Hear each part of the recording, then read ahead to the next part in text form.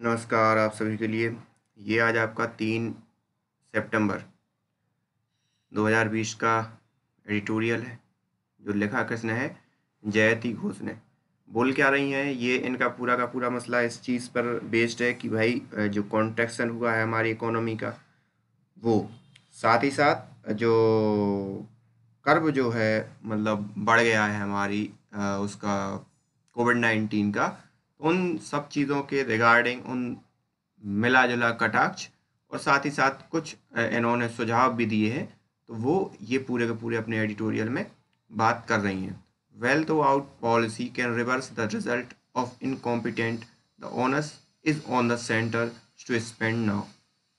ये हम आगे देखेंगे ये क्या बोल रहे हैं, ये पूरा का पूरा जब आप इसके परिप्रेक्ष्य में आप समझेंगे तब देखेंगे।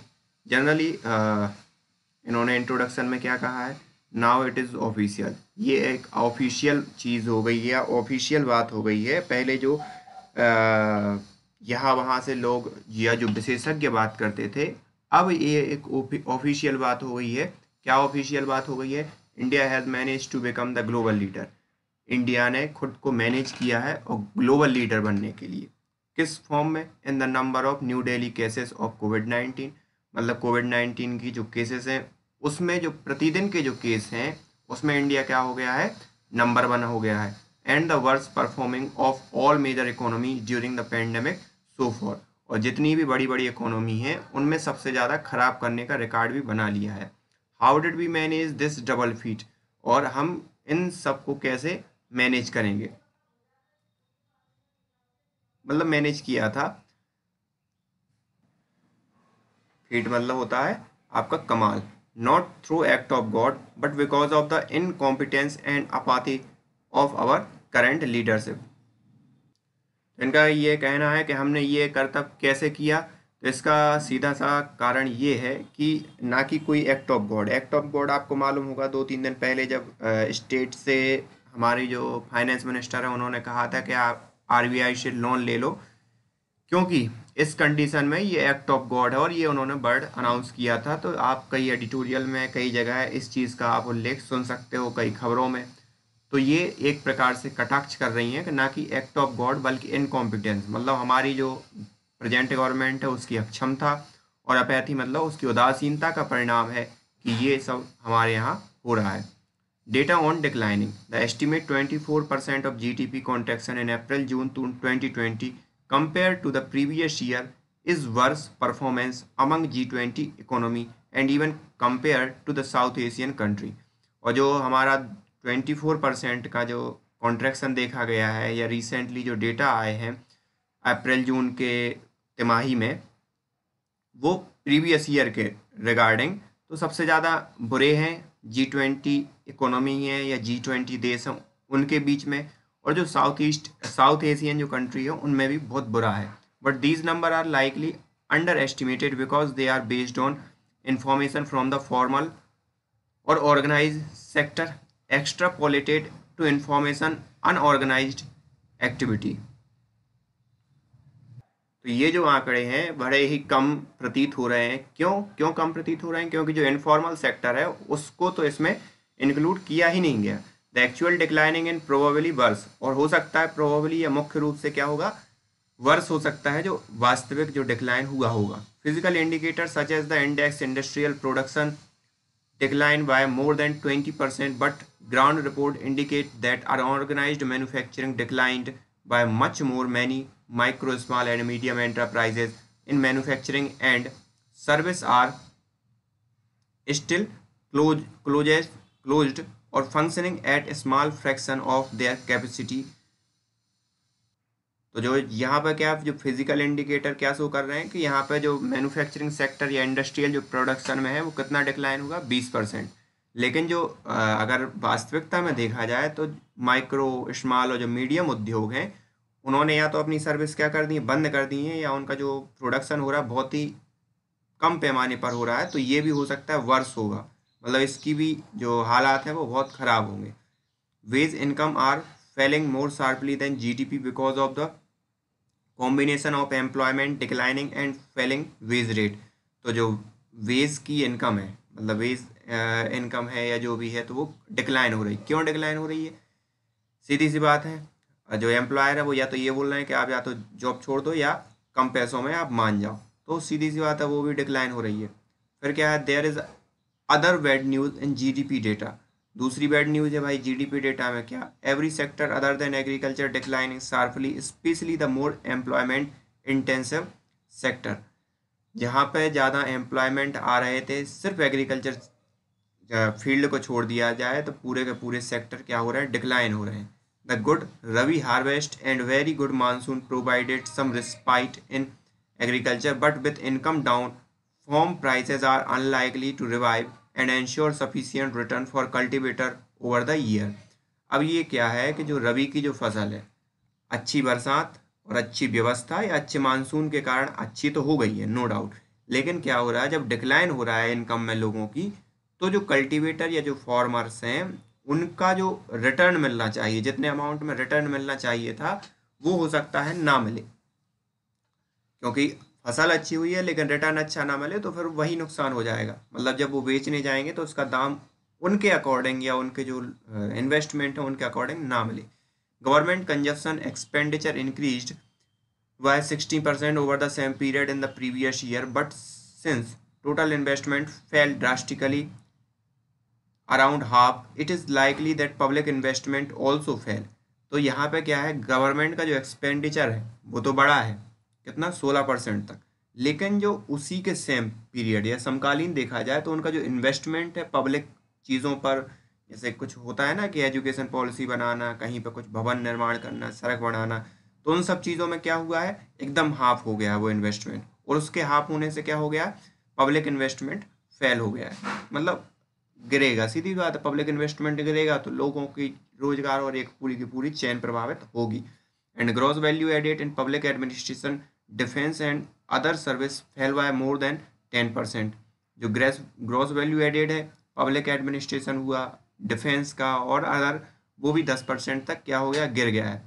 Around 90% of this is salary, 90% क्या है इसमें, सैलरी इंक्लूडेड है। Central government salary have no fallen, so to squeeze must have fallen on state government, may of them have probably frozen or delayed salary payment। Government की जो salaries हैं वो गिरी नहीं है, तो उसका जो प्रभाव है कहाँ पे जाएगा, स्टेट के पास जाएगा। तो स्टेट पर जो प्रभाव पड़ेगा उसमें तो क्या होगा, बहुत से लोगों की जो सैलरी है वो रोक दी जाएगी, डिले कर दी जाएगी, तो ये सब चीज़ें होंगी। फिर क्या है, ग्रेव डिस्ट्रेस, गंभीर असमंजसता या distress. Meanwhile the pandemic continue apparently unabated, unabated मतलब खत्म होती दिखाई नहीं दे रही है, स्पष्ट रूप से खत्म होती दिखाई नहीं दे रही है उसी दौरान जो पेंडेमिक है या महामारी है। All talk of flattering the curve a wishful as a green shoot in economy that officially spoke person keep saying has vanished, replaced by completely meaningless indicator of recovery rate which are bound to improve with more cases। तो जितनी भी जो बातें हैं flattening curve की वो क्या हो गई हैं, बैनिस्ड हो चुकी हैं। बैनिस्ड मतलब गायब हो चुकी हैं या कोई बात नहीं कर रहा है, और उन सब बातों ने किसको, उन सब बातों के स्थान पर किस चीज़ की बात चीज़ें आ गई हैं, कम्प्लीटली मीनिंगलेस इंडिकेटर, जिनका कोई महत्व नहीं है, ऐसे इंडिकेटर ऑफ रिकवरी रेट की चीज़ें बात आ गई हैं। मतलब कि जो रिकवरी रेट है वो अच्छी हाई हो रही है, जैसे कि आपने वर्तमान में कुछ सुना ही होगा। तो वो किस चीज़ से है कि भाई किस चीज़ से एक दूसरे कोरिलेटेड है कि भाई मोर केसेस बढ़ रहे हैं लेकिन रिकवरी रेट क्या है आपकी बराबर है, तो आपको चिंता करने की ज़रूरत नहीं है। The brutal national lockdown generated economic collapse even before the disease had spread much. तो जो लॉकडाउन किया, जब डिसीज इतनी फैली भी नहीं थी, उसने क्या इकोनॉमिक कोलैप्स कर दिया। Instead of testing tracing isolation and treating which is costly but still only effective way to deal with this disease. तो बजाय इस चीज़ के कि टेस्टिंग करते, आप ट्रेसिंग करते और आइसोलेटिंग करते और ट्रीट करते, ये कॉस्टली होता, बट ये एक ही इफेक्टिव वे था डिसीज़ को डील करने का। The central government shut everything down across the country without warning. और सेंट्रल गवर्नमेंट ने हर चीज़ बंद कर दी बगैर किसी वार्निंग के। तो ये चीज़ें हैं। Then it provided no compensation and almost no social protection to those who lost it livelihood, और उनके लिए कोई कंपनसेशन, किसी टाइप की सहायता राशि भी नहीं दी गई और किसी भी प्रकार का सामाजिक प्रोटेक्शन भी नहीं दिया गया जिन्होंने अपनी लाइवहुड या जीवन यापिका खोई। जीविका खोई मतलब जीवन यापिका, जो भी आप काम करते थे वो। Migrant worker were forced to return in terrible conditions to their home where they are have unwittingly spread the disease in rural area with poor health facilities.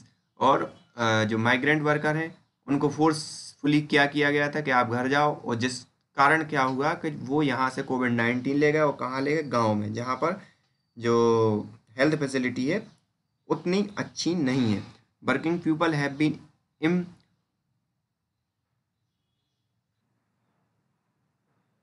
impoverished and debilitated by lack of nutrition because of they have been less able to afford food। तो जो working people थे वो क्या हो गए, गरीब हो गए। impoverished मतलब गरीब हो गए, और दूसरा debilitated मतलब दुर्बल हो गए। क्यों क्यों दुर्बल हो गए, न्यूट्रिशियंस, और because of they have been less able to, क्योंकि वो इन सब फूड को अफोर्ड नहीं कर पा रहे थे।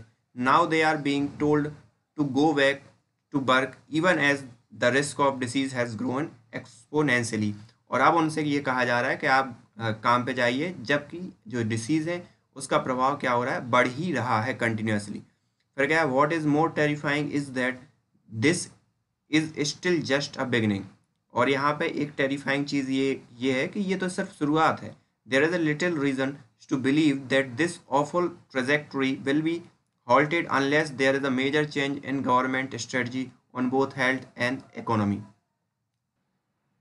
तो यहाँ पे एक छोटा सा रीजन ये भी है कि जो ऑफुल, ये भयंकर जो ट्रेजेक्टरी हुई है या जो स्थिति बनी है वो रुकी रहेंगी इसी हिसाब से, जब तक कि गवर्नमेंट एक बड़ा कोई चेंज नहीं करती हेल्थ और इकोनॉमिक उसमें। The downturn is definitely extending into the current quarter. जो करेंट क्वार्टर है उसमें भी इस चीज़ का जो मतलब कॉन्ट्रैक्शन है इकोनॉमी का, जो पिछले क्वार्टर में रहा था वो हो सकता है बढ़ेगा, और probably rest of the year, और शायद ये भी हो सकता है कि बचे हुए साल में भी ये यही होगा। So we are staring at the biggest economic crisis in independent India. तो इस हिसाब से हम क्या है, मतलब biggest independent collapse, economic collapse की तरफ बढ़ रहे हैं जो स्वतंत्र भारत में हुआ है। Blow against stage lack of demand is crucial reason for this. सबसे बड़ी एक महत्वपूर्ण रीजन, एक या क्रिटिकल रीजन ये है कि डिमांड क्या हो रही है, कम हो रही है। Both consumption and investment were decline well before the pandemic struck. तो जो कंजप्शन और इन्वेस्टमेंट डिक्लाइन हो रहे थे पहले भी जो पेंडेमिक क्या हुआ, स्ट्रक हुआ तब से। Thereafter despite the enormity of economic collapse, the government's relief responses have been pathetically small, barely touching the hundred of million of people affected and with little impact on aggregate demand। अब इसके बाद क्या कि जो इन सब ये अत्याचार जो हुए, नॉर्मेटी मतलब अत्याचार हुए, इकोनॉमिक कोलैप्स हुआ, इन सब चीज़ों को अगर छोड़ भी दिया जाए डिस्पाइट द इन सब के, तो गवर्नमेंट का जो रिलीफ रिस्पॉन्स था, मतलब जो रिलीफ पैकेज या रिस्पॉन्स देने का वो था, वो हैव बीन पैथेटिकली, बहुत ही उदासीन, स्मॉल, और मात्र कुछ हंड्रेड को ही टच किया, मतलब कुछ हजार 100 को ही टच किया, जो कि मिलियंस पीपल अफेक्टेड हुए थे उनमें से, विथ लिटिल इम्पैक्ट और एग्रीगेटर, जितनी डिमांड थी उसमें से कुछ ही मात्रा में फर्क पड़ा। The halting step taken on increasing liquidity have been effectively useless. तो जो एक बुरा कदम कह सकते हो या हाल्टिंग स्टेप मतलब लंगड़ा कदम भी बोल सकते हो, या वो जो टेकन वो इंक्रीजिंग लिक्विडिटी हैव बीन, तो कि लिक्विडिटी बढ़ा दो, तो वो भी क्या हुआ, यूजलेस हुआ। अब लिक्विडिटी बढ़ाने का मतलब क्या है कि रेट दर कम कर दो, इस हिसाब से क्या है लिक्विडिटी बढ़ती है, ठीक है। वहाँ से मार्केट से आप डॉलर खरीद लो तो रुपए की जो मार्केट में वो है बढ़ जाएगी। तो अभी यार रिसेंटली आपने सुना भी होगा। तो ये सब चीज़ें हैं कि लिक्विडिटी बढ़ाने के क्या है, वो अलग मसला है, लंबा हो जाएगा। तो आप ये समझो कि लिक्विडिटी बढ़ाने का भी जो उनका टर्म था वो भी यूजलेस निकला। Bank credit has decline overall and all type of borrower have receive less bank credit. तो जो बैंकों का क्रेडिट है वो भी डिक्लाइन हुआ। तो जितने भी टाइप के जो बोरोवर थे वो उन्होंने भी रिसीव किया लेस बैंक क्रेडिट। तो ये सब चीज़ें मतलब बोरोवर मतलब जो पैसा लेते हैं उनकी क्रेडिट भी गिरी।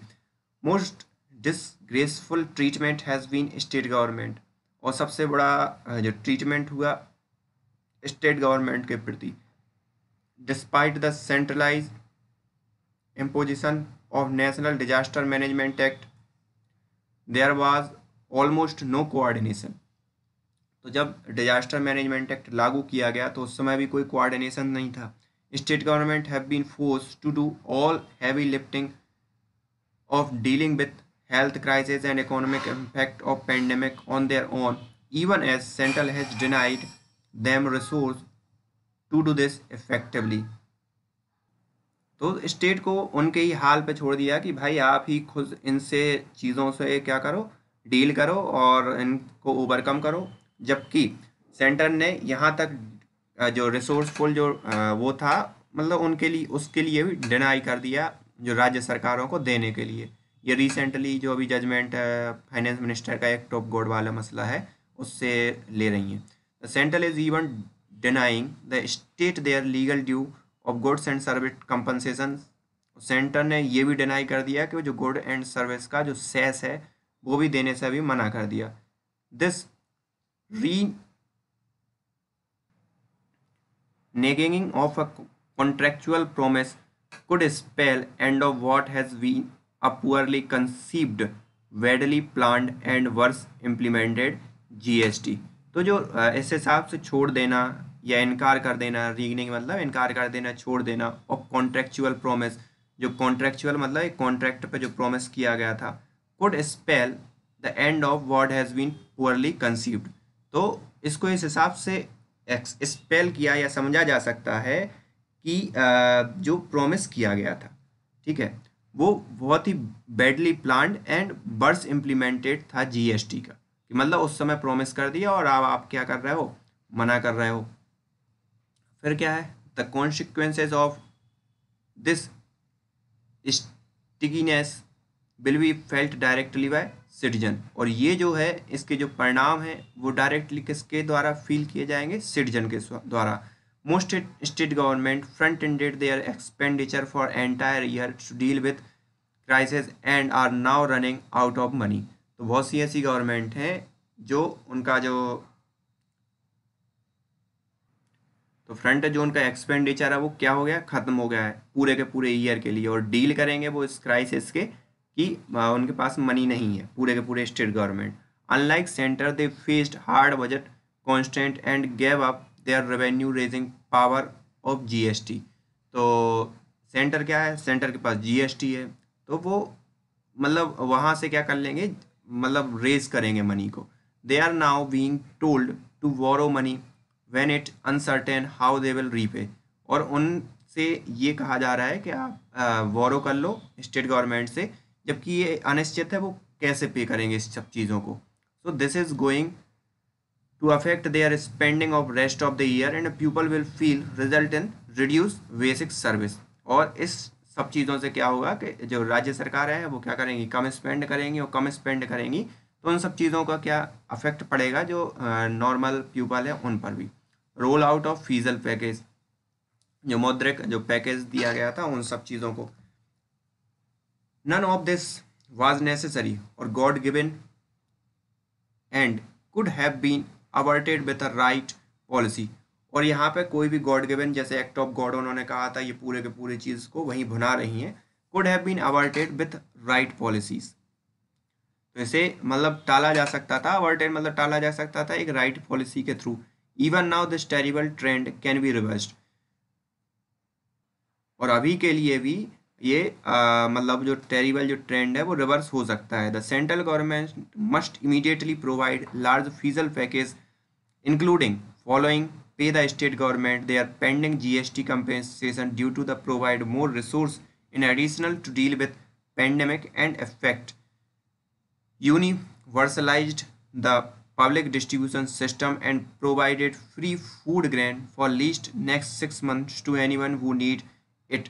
Provide 7,000 per family for 3 months as a compensation for the income lost during the draconian lockdown, double number of day employment per household under the Mahatma Gandhi National Rural Employment Guarantee Act 200 per year, and start an urban employment guarantee program, extend the debt moratorium and convert into standstill, and make sure to fresh credit reach MSME and farmer who are being deprived of it. Provided much more dedicated resource for health for all pandemic required spending, and deal with other health concerns that have been ignored, postponed for the past 5 month. तो इनका सीधा सा मतलब है कि अभी भी इस चीज़ को क्या किया जा सकता है, रीगेन किया जा सकता है। कैसे रीगेन किया जा सकता है कि एक फिर से पैकेज अनाउंस करो जिसमें क्या, सबसे पहले तो जो जीएसटी कंपनसेशन है स्टेट का वो दे दो। दूसरा फिर क्या है, जो यूनिवर्सल पब्लिक डिस्ट्रीब्यूशन सिस्टम, मतलब एक देश एक राशन कार्ड से इनका मतलब है, तो वो है, उसके थ्रू क्या करो आप, हर एक फैमिली जो की ज़रूरत है उसके लिए आप नेक्स्ट 6 मंथ तक खाना प्रोवाइड करो। दूसरा 7,000 पर फैमिली 3 महीने के लिए कंपनसेशन दो, जो भी जिन्होंने अपनी जॉब लॉस की है इस ड्रकोनियन, मतलब ऐसे लॉकडाउन, भयानक लॉकडाउन। दूसरा, double the number of day of employment, जो एम्प्लॉयमेंट का जो वो है मनरेगा के अंदर एक ईयर में 200 जो पर डे है, 200 दिन काम करना जरूरी है या काम मिलना ही चाहिए, उसको आप क्या कर दो, 400 कर दो, इस चीज़ को डबल कर दो आप।